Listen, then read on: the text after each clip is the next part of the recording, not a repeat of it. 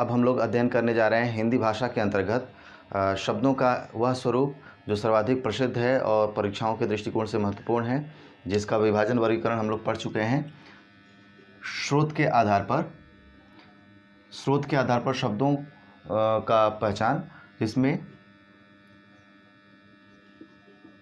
तत्सम, तद्भव, देशज और विदेशी शब्द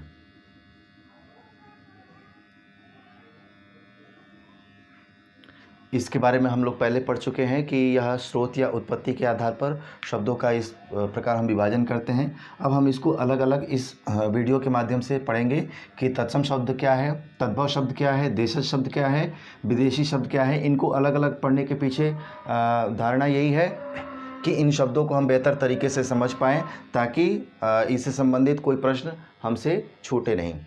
आइए जानते हैं सबसे पहले कि तत्सम शब्द क्या होते हैं। तत्सम शब्द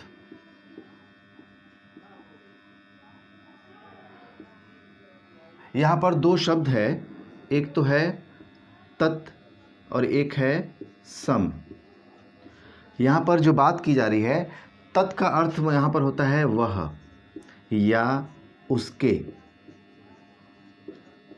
यहाँ पर सम का अर्थ है समान।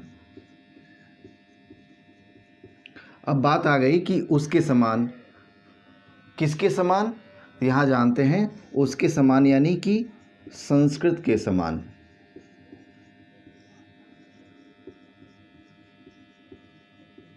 अब इसको हम तत्सम शब्दों को आसानी से पहचान सकते हैं। वे शब्द जो हूबहू संस्कृत में भी और हिंदी में भी दोनों भाषाओं में समान रूप से प्रयोग किए जाते हैं, उन शब्दों को हम तत्सम शब्द कहते हैं। हिंदी में संस्कृत के ही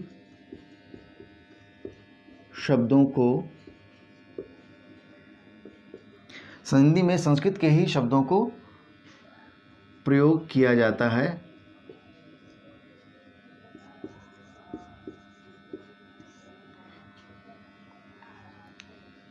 जिन शब्दों को हिंदी में संस्कृत के ही जिन शब्दों का प्रयोग किया जाता है उन्हें तत्सम शब्द कहते हैं।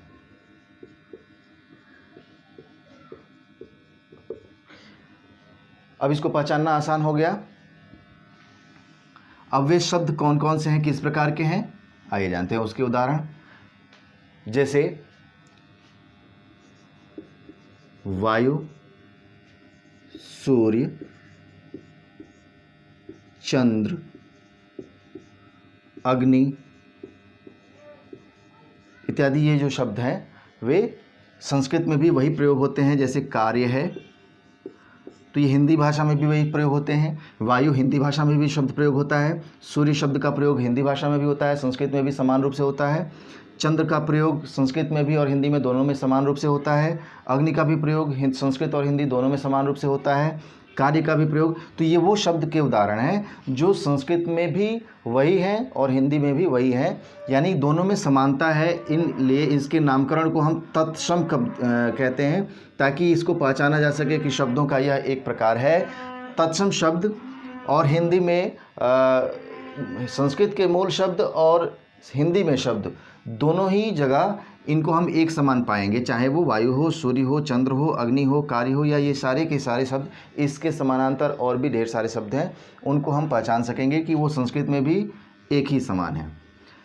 अब दूसरे शब्दों के प्रकार के बारे में जानते हैं, जैसे कि तद्भव शब्दों के बारे में, कि तद्भव शब्द क्या है।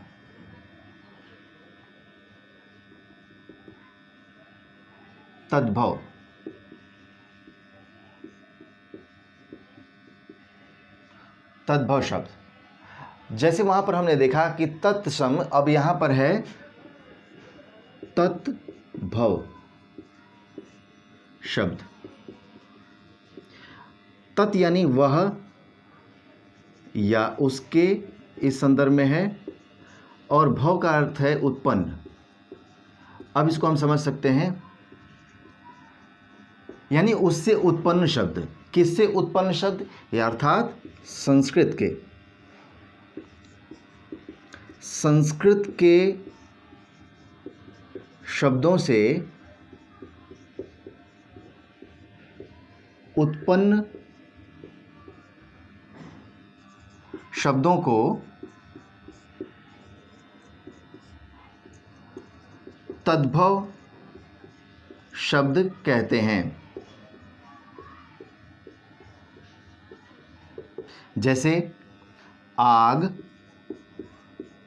संस्कृत में चूंकि शब्द इसके लिए है अग्नि, तो अग्नि से अब यहाँ पर आग बन गया। चंद्र शब्द संस्कृत में प्रयोग होता है तो यहाँ चांद बन गया। संस्कृत में कार्य शब्द प्रयोग होता है तो तद्भव में काम हो जाता है। संस्कृत में सूर्य शब्द प्रयोग होता है तो हिंदी में सूरज हो जाता है। ये वो उदाहरण हैं जो संस्कृत से हिंदी में रूपांतरित हो चुके हैं, बदल चुके हैं, उत्पन्न हुए हैं, इसलिए हम इसको तद्भव कहते हैं। यहाँ पर हम लोग देख सकते हैं तद्भव यानी उससे उत्पन्न। संस्कृत के शब्दों से उत्पन्न शब्द जो है वो तद्भव कहलाते हैं, और वो जैसे अग्नि का आग, चंद्र का चांद, कार्य का काम, सूर्य का सूरज, ये वो शब्द हैं जो संस्कृत से उत्पन्न होकर के दूसरे रूप में प्रयोग किए जाते हैं हिंदी भाषा में।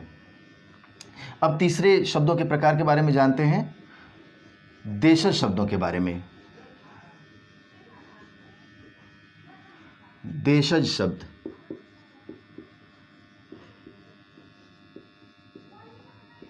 यहाँ पर हम ध्यान दें अगर, तो जैसे कि नाम में ही छुपा हुआ है इसका अर्थ, देशज, देश से उत्पन्न। यहाँ पर देश से तात्पर्य किसी राष्ट्र से नहीं है, बल्कि किसी प्रदेश विशेष से है। तो प्रदेश का तात्पर्य यहाँ पर यह है कि क्षेत्रीयता के आधार पर, क्षेत्रों के विभिन्न अवधारणाओं के आधार पर जो शब्दों का स्वरूप बदलता है। जैसे भारत राष्ट्र में बहुत सारे प्रदेश हैं, क्षेत्र हैं और अंचल हैं, जिनके अंचलों में शब्दों का स्वरूप परिवर्तित हो जाता है और नए नए शब्द प्रयोग देखने को मिलते हैं। उन क्षेत्रों से आए हुए जो शब्द होते हैं, चूँकि हमने इसका वर्गीकरण भी किया था स्रोत के आधार पर, तो ये स्रोत हैं जो देश के राज्यों से आ रहे हैं, भिन्न भिन्न राज्यों से आ रहे हैं। तो वहाँ पर हम देख रहे हैं कि विभिन्न प्रदेशों से, अंचलों से, क्षेत्रों से आए हुए जो उत्पन्न शब्द हैं, आ रहे हैं, उनको हम देशज शब्द कहते हैं। अब जैसे इसके उदाहरण के तौर पर देख सकते हैं कि जैसे बाप, बेटा या चिड़िया,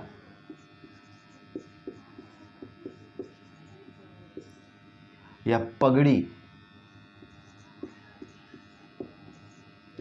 ये सारे के सारे शब्द भिन्न भिन्न अंचलों से आए हुए हैं, क्षेत्रों से आए हैं, प्रदेशों से आए हैं। इसलिए इनको हम देशज शब्दों में वर्गीकृत करते हैं, क्योंकि ये शब्द ना तो तत्सम में है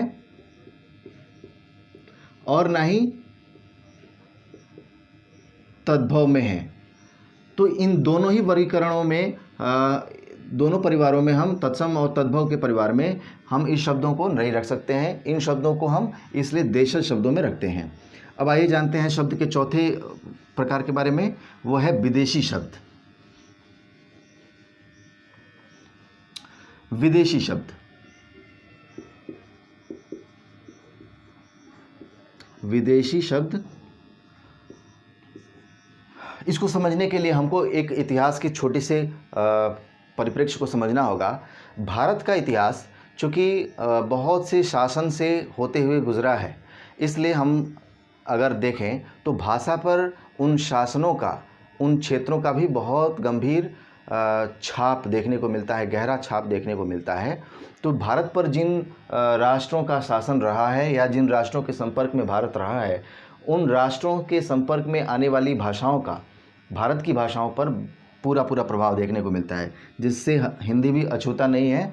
और हिंदी में विदेशी भाषाओं का बहुतायत प्रयोग होता है, जिसे हम शायद कभी ध्यान नहीं देते हैं कि वो विदेशी शब्द भी है, मगर जान लें वो कौन कौन से शब्द हैं। जैसे अरबी,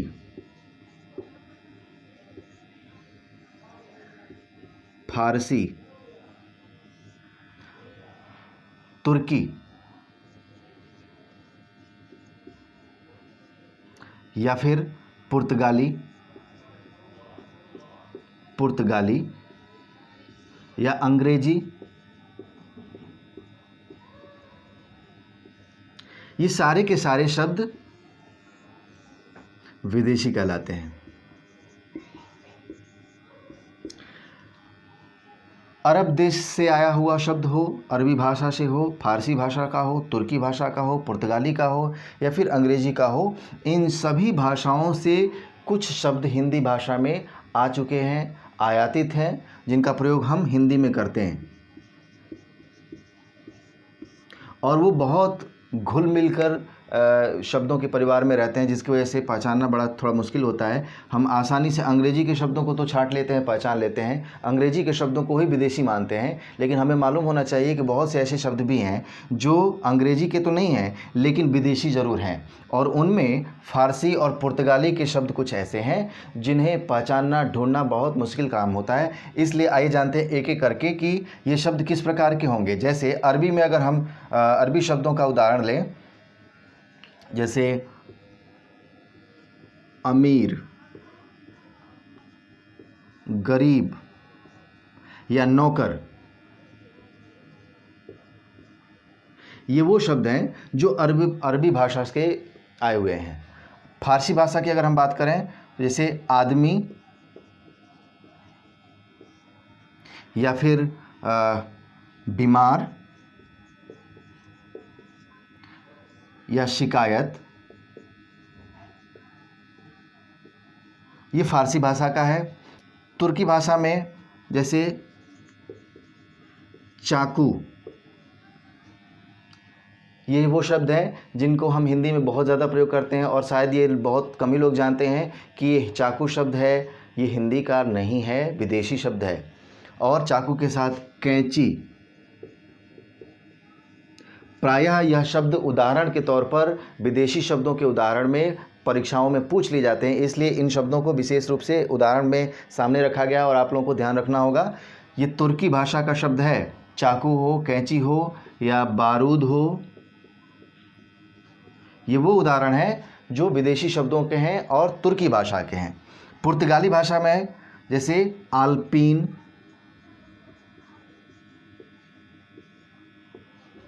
अलकतरा,